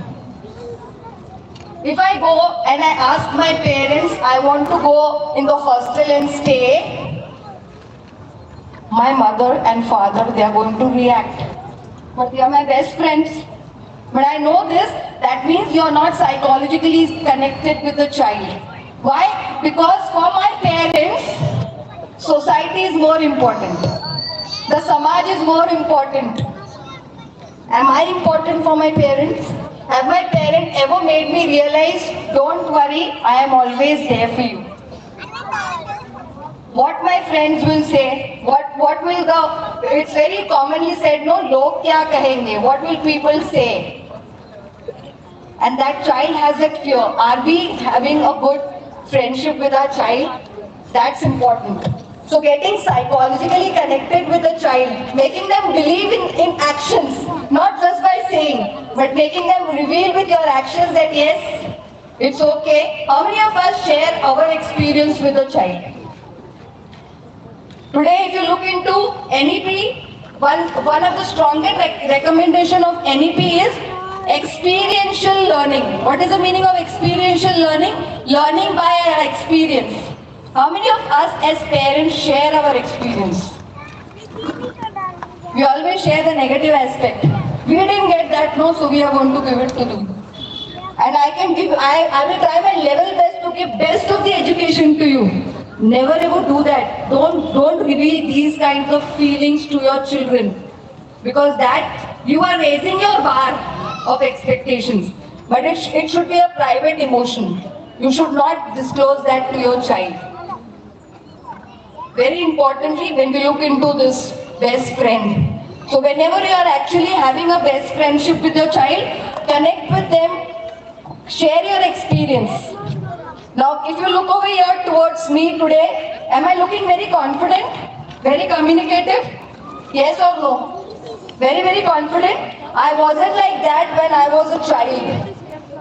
I was of a very different kind, very timid, very shy. Have you seen some of the children very timid, shy? I was also like that. Till my grade 6. I was like this, very timid, shy. The moment I used to see a group, I used to never go and interact. Why? What? Will I be able to come up with mixing up or getting socialized with my friends in the class? One fine day in the grade 6, walked in my teacher, my geography teacher, and she tapped my potential and she said, yes, there is something in her. She has a lot of potential and caliber. And she was the one who inspired me and motivated me. And today you can see me, I cater to a very huge crowd of parents, students, teachers. Very importantly, it's very important, I owe this to my teachers who are the role models. I have learned time management from my parents. Very important. Time management, finance management. Money management from my parents. Small things. How many of us, we actually give the opportunity to our children to upskill themselves like this? Coming to the next slide, please. We are talking into a very important aspect now, which is again a part of a very important parenting, reflection. Can anybody tell me what is the meaning of reflection? It is to pause and think back. How many of us do the reflection? Reflection, as very importantly, when we had the panel discussion, there were parents who brilliantly said, if we want to improvise our children, we've got to improvise ourselves first. What is the meaning of that? Reflection. To pause, understand, what are we doing? Now, so there are so many parents over here. I'm going to ask you a simple question. Don't raise your hands. I know the answer. Okay? How many of us have defined a goal in life? How many of us have defined the vision or mission in life? Of your own personal achievement? Of your child? What do you do? What do you want? Okay, if I ask you in other words, what best you want to give to your child? What is your vision? Yes, sir. Can you tell me? Yes, sir. What do you think? Please be seated. What do you think? If I tell you to reflect and tell me, you can tell me in any language. What is your reflection? What do you want? Why are you here? Or what do you want from your children? Or what do you want from your life? If I tell you to reflect.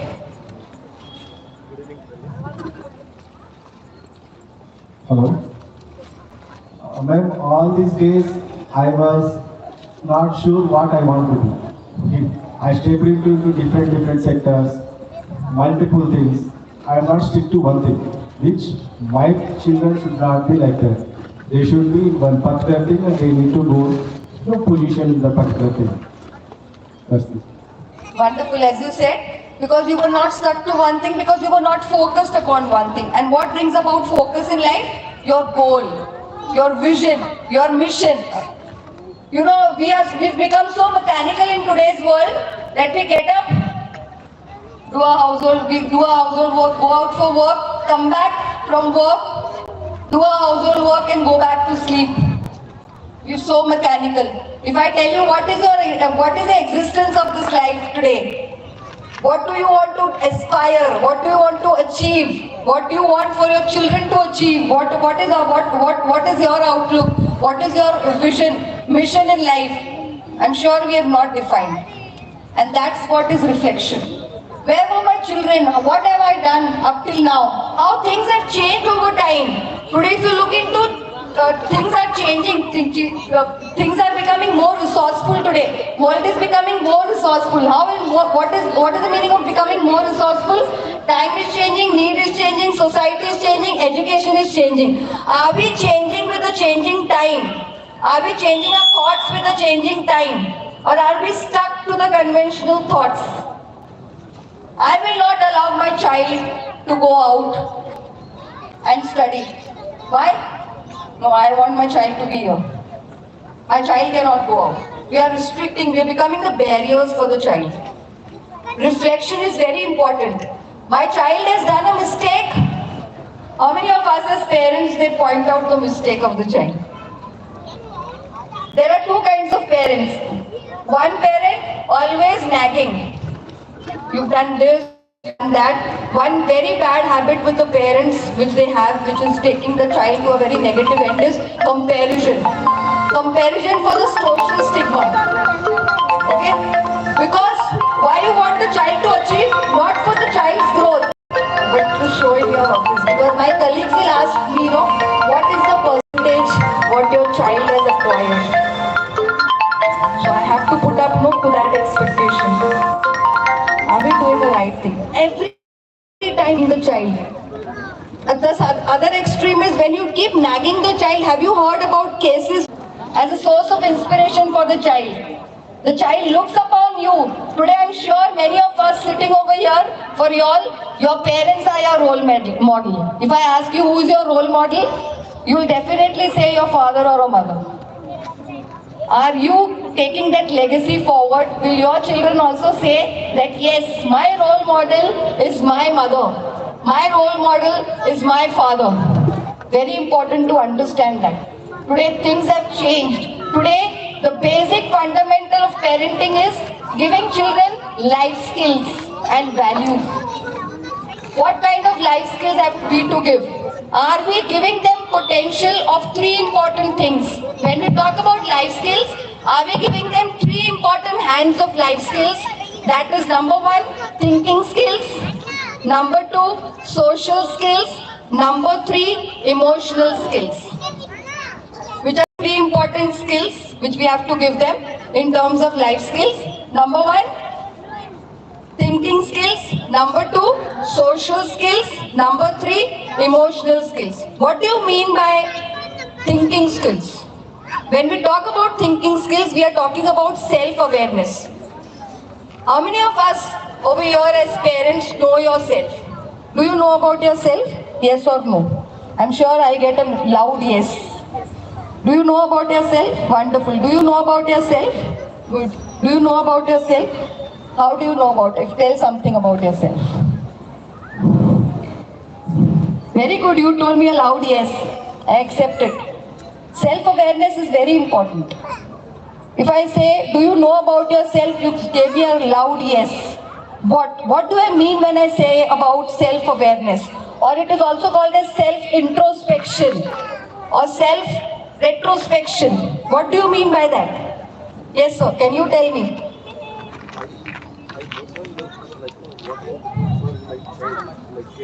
Can we just pass on the mic, please?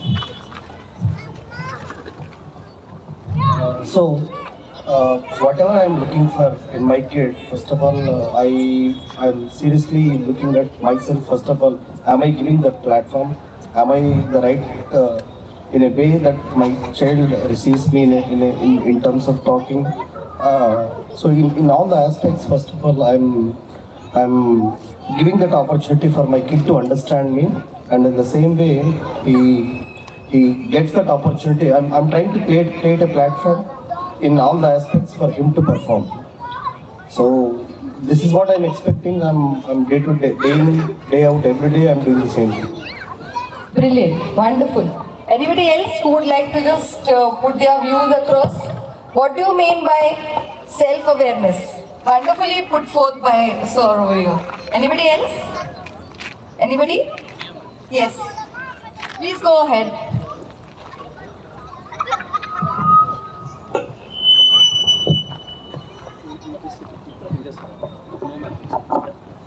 Yeah, good evening, ma'am.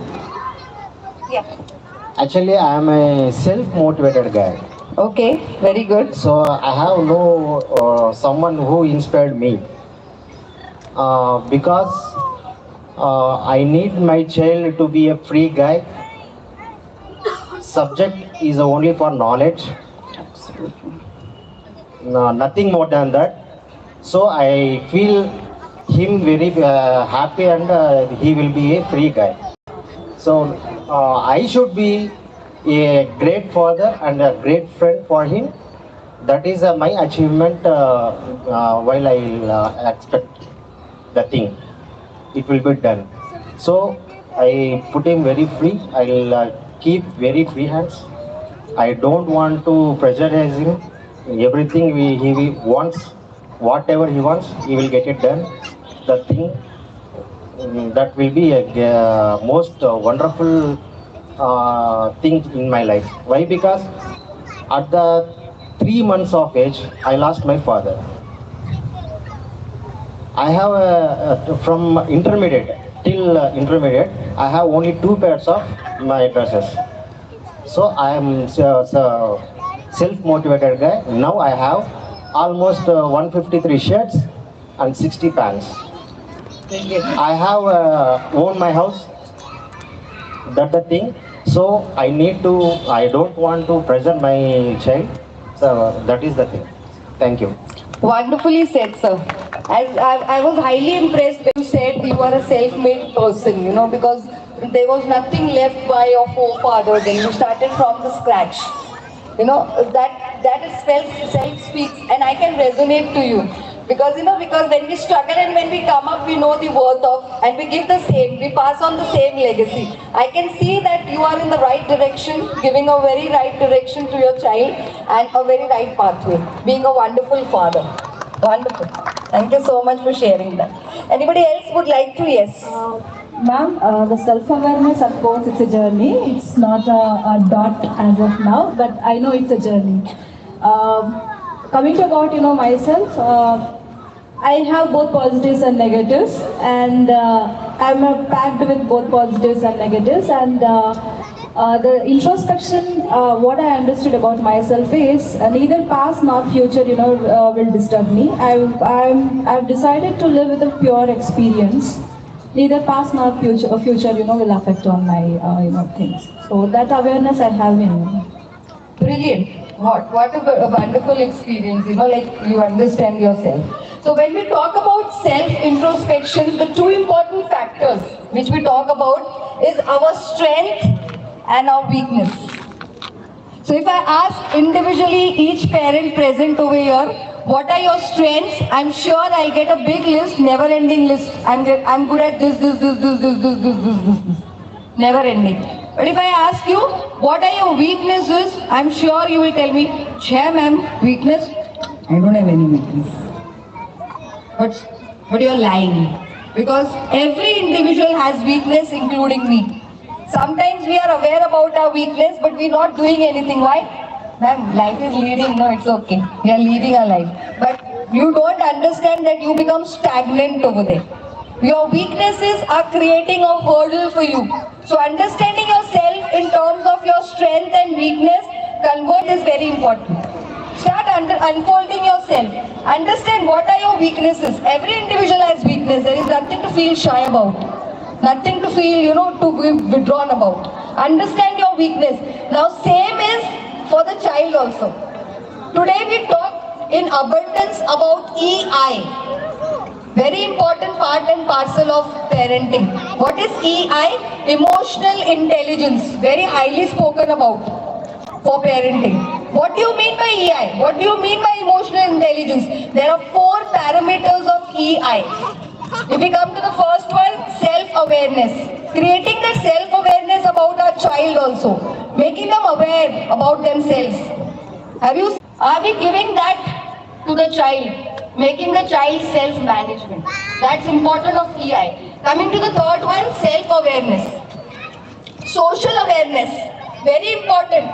Making them understand about the society is very important. What is going on? Forget about the child. If I ask you as parents, don't give me the answer, I know the answer. Okay? If I ask you what is happening in the society today, what is happening in the community today, what is happening in the country today, what is happening globally today, how many of us read newspapers? How many of us watch or have the reading habits of books, understanding, upskilling yourself, updating yourself with the latest information and knowledge? We're not doing that, which is a very important part and parcel which we have to cultivate in our students also. The fourth important aspect of EI is relationship management. Do our children today respect relations? A big question mark.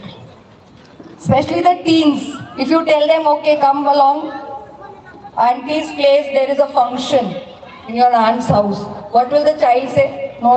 What will I do? All elders over here, over there. What will I do? I'll get bored. I don't want to come. And what happens? A very sorry figure for the mother. Mother goes for the function and everybody keeps asking, where is your child? Where is your child? My child had some very important project work today. Was not able to attend. A very sorry figure. Today we've got to teach them the essence of relationship management. Today we require relations in life, isn't it? Can we live without relations? Do they understand the significance of relations? Very important. So reflection, we've deep dived into reflection. Every point of time, it should be your regular routine. What 3 things, if I tell you today, do reflection, what 3 things do you think were the best things which you gave to your child? Don't tell me, keep it to yourself. What 3 things do you think that today still you would like to give to your child, which is going to be benefited for the child? It doesn't end over there. How are you going to fulfill those requirements? What are you going to do? What is your action plan? Reflection is going to help. Every day, who has this habit every day as a parent? At the end of the day, who does reflection over here? Now you can raise your hand. How many of us do reflection? What kind of reflection? Very good. No, I'm talking about your personal front. Not about your child. Forget about your child. Reflection is very important as a parent also. So what kind of reflection do you do at the end of the day? Every day night I write a gratitude journal. So I first perceive each and every point from the day I get up to the day I go to the bed. So I write a gratitude journal. So I think you need a pat on your back. Wonderful. This is such a wonderful thing which you are doing, ma'am, because attitude of gratitude is something which is missing in today's world. How many of us extend our thank you to others? How many of us extend our sorry to others? How many of us acknowledge others? I'll tell you, I want to share one experience of mine during pandemic. Pandemic was a time where we learned so many lessons of life. Anybody sitting over here, please raise your hand if you say, I did not learn anything in pandemic. Cannot be. The child, right from the small child to the old age, every person has learned a lesson of life. What lesson of life have you learned? Have you ever pondered? Have you ever reflected? Have you ever spoken to your child about that particular critical phase? What they have learned? What was their experience? What have they drawn? That's important learning. That is experiential learning today. Taking children to the experiential platform and telling them to relate to that experience. Now, when you relate to the experience, it takes you to the lifelong learning. What is life skills? What is the meaning of life skills? Today we are using the term life skills. What is the meaning of life skills? Can you say so? Life skills itself tells you the answer. Life skills. Very good. Yes, sir. I haven't heard your voice. Please give him the mic. What do you mean by life skills? Skills which are useful for living the life. Wonderful. Skills which you are going to take it for the entire lifetime. It will be a lesson for you. And you are going to implement throughout your life. That's called as life skills. Are we cultivating life skills in our children?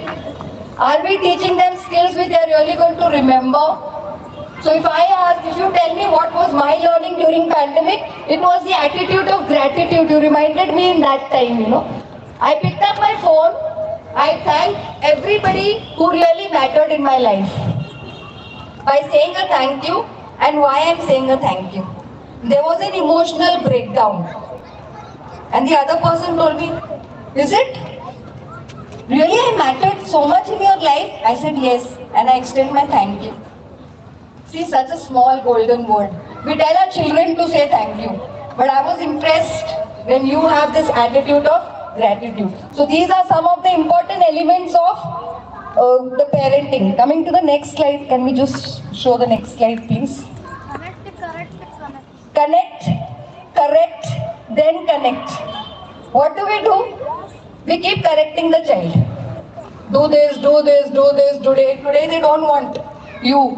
They want you as a guide, a philosopher. So what have you to do first? You've got to first have the connection. How can you have the connection?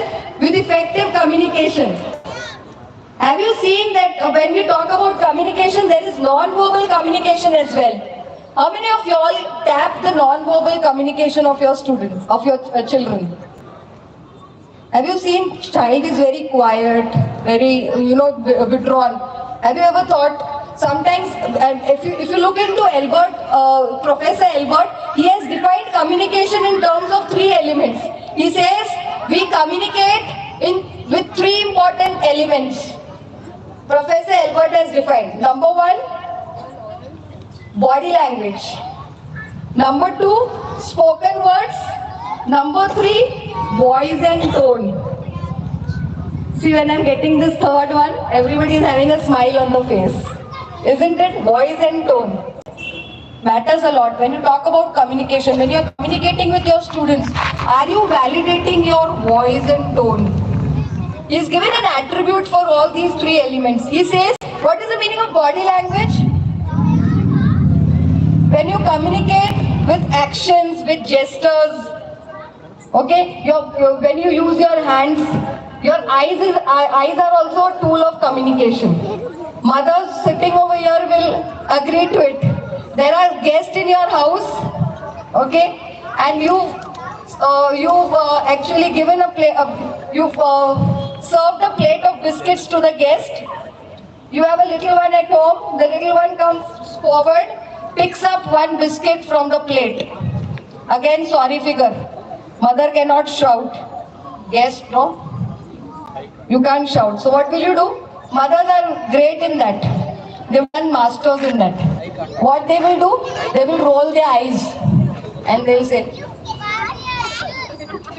So the child understands, yes, we've got to keep the biscuit in the plate and go away from here. Otherwise, after the guest will go, good session we have. Non-body, that's body language. Eyes, important tools. How many of us are using not in a destructive way, but a constructive way? Very important. Eye speaks a lot. That's a tool of communication. Second is spoken words. Now he's given an attribute for all the 3 elements. He says, body language, 55% we communicate with the help of body language. Spoken words, we validate so much, no? When we are talking, we are very careful. Okay, the way you present ourselves is also body language. The way you stand, the way you talk to them, your body language is presentation, your self-presentation. Spoken words, 7%. And voice and tone, 38%. 38%, just imagine. And sometimes you're speaking to your children and the child will say, Mama, why are you shouting? Where am I shouting? I'm not shouting. My voice is only like that. My tone is only like that. Don't they say? Especially in the husband and wife also, when you are having a communication, the wife will say, the husband will say immediately, why are you shouting and yelling? I can understand, I can hear. Where am I shouting? My voice is only like that. My tone is only like that. Validate. Today onwards, start validating your voice and tone. If you really want to become effective communicators, validate your voice and tone. There are 3 important aspects of communication: body language, spoken words, and the third very important one is voice and tone. We look into this part, very important. What does your child want from you? What does your child want from you? Let us look into the very important aspect. We look into 0 to 5 years. What is your child expecting from you? Hugs and kisses. They want you to hug. Okay? The kisses, smiles and playtime. Lot of playtime, smiles, love and nourishing, eye contact and attention. Very important, 0 to 5. When we talk about 6 to 9 years, see how there is a drift. 6 to 9 years, talking and everybody loudly please. Talking and listening. I want all of you all to be little louder. Talking and I can still not hear that. Talking and play and fun time with you. Play and fun time with you. Answers to their question, because they become very curious. They become very inquisitive. Every time they want to ask some or the other question. And what as parents we think? Every time troubling. Every time we ask some question and you start neglecting them. Not accepted in this age group. Next is participation and involvement. Your participation, your involvement. If you have, everybody said a loud listening. What kind of listening? There are 2 kinds of listening.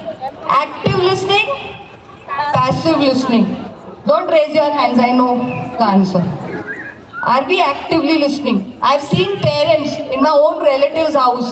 I've seen parents and children sitting together in the room, parents engaged in their cell phones or their laptops, and they say we are spending time with the child. Their participation is important, their involvement is important. Coming to 10 to 12 years, support and guidance. Just look at how the things are drifting. Support and guidance, approval and encouragement. Very important. Approval also for things. You just cannot say no. If you say no, you've got to justify. You've got to give them options also. If this is no, you can have this. Are you giving choices? Are you giving options? Just saying no is a blunt no. They'll never get satisfied. You've got to justify why you're saying no and what is another option.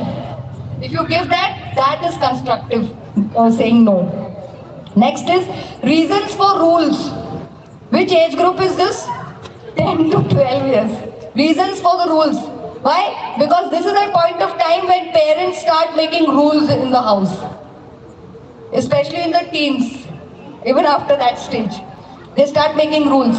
Rule, this time you have to be at home. You're not supposed to go out with the boys. Okay, you've got to come back over here. You can't speak to him, you can't, there are so many rules and regulations laid across. Child is not used to. Many a times we've seen parents coming to teachers and saying, teacher, the child listens and obeys to you, but they don't listen to us and obey us at home. Why is that happening? There are no rules. Very good, thank you for saying that. There are no rules chalked out. Are there any disciplinary, measures which we give? We wake up in the time when they come into the teens. And we formulate a timetable when they are into the grade 10. I've seen parents, and that gives me a disaster, when I see parents in the grade 10. They are now stepped into grade 10. Meticulously, they will draw a timetable. Wake up time, sleeping time, watching television time, going for this class time, sleeping time. And the children, they get thoroughly confused and they are not ready to accept. Why? Because that was not cultivated right from the fundamental ages. If you really want to make your child disciplined, you want to cultivate rules and regulations, it has to be done from the fundamental ages of foundational stage. So that is 10 to 12. Belief and responsibility. You have to believe them and you have to desire some responsibility in them. That's important. 13 to 18 years, very crucial stage. The parents who have this age group, very critical, very challenging. Now what is expected over here? Debates and discussions. Are you ready for the debates and discussions? Or you're just laying rules? You're just withdrawing them from doing things. You have to be ready for debates, healthy debates and discussions. It's very important that the best source should be a parent. This is a very dicey stage, very critical stage, calls for a lot of things as consequences. If you don't give that much of attention at this stage, which is the age group of 13 to 18 years, you're going to pay a very heavy price in the future. Information, you have to be a source of listening for the child. Otherwise, what happens at this age? They'll look out for a source outside. Whoever listens to them, they will go out to that person.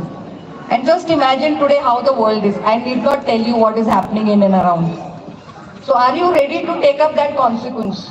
Or are you going to be ready for your children? To listen to them, to help them to debate, to discuss. Mentoring and direction, giving them the right direction. This is the right time at this age to give them the right direction, right guidance, making them convinced with a very healthy, positive attitude, making them very optimistic in life. Next is guidelines, but no rules. You have to give them guidelines. What do we do? What major mistake we do at this stage? We give them rules. Do this, do that, don't do this, don't do that. Giving them guidelines. See how you change the term and you change the outlook. Next one, respect and independence. This is something which they look forward for. Respect at this particular age. Are we respecting them? Are we making them independent? Or we are making them so dependent? Because we shield them, no? We are not going to, this is a very tender age. Anything happens then? No. I am going to be with my child. The child goes for some picnic, parents are behind the child. You have to monitor. You have to have an eagle eye on the child. You've got to monitor the child with very systematic eyeing on the child. Very important. So have you understood these things, which are very important? Okay, so there are a lot of things to share, but time is a constraint. So I'm just going to wrap up today's session with a short video, which is a very meaningful video. Let us just watch that video and we're going to wrap up.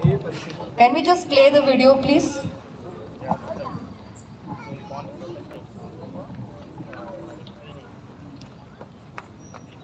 As you very rightly said, ma'am, gratitude journal. So journal writing is also very important for your children. So wonderful, you can just take the snaps, the pics of this. Wonderful, for 30 days there is a journal which is being defined. This is called as a positive personality development journal, where they are writing for 30 days. All the 30 days I've chalked out what they are supposed to do. Today journaling is a very important part and parcel, a very healthy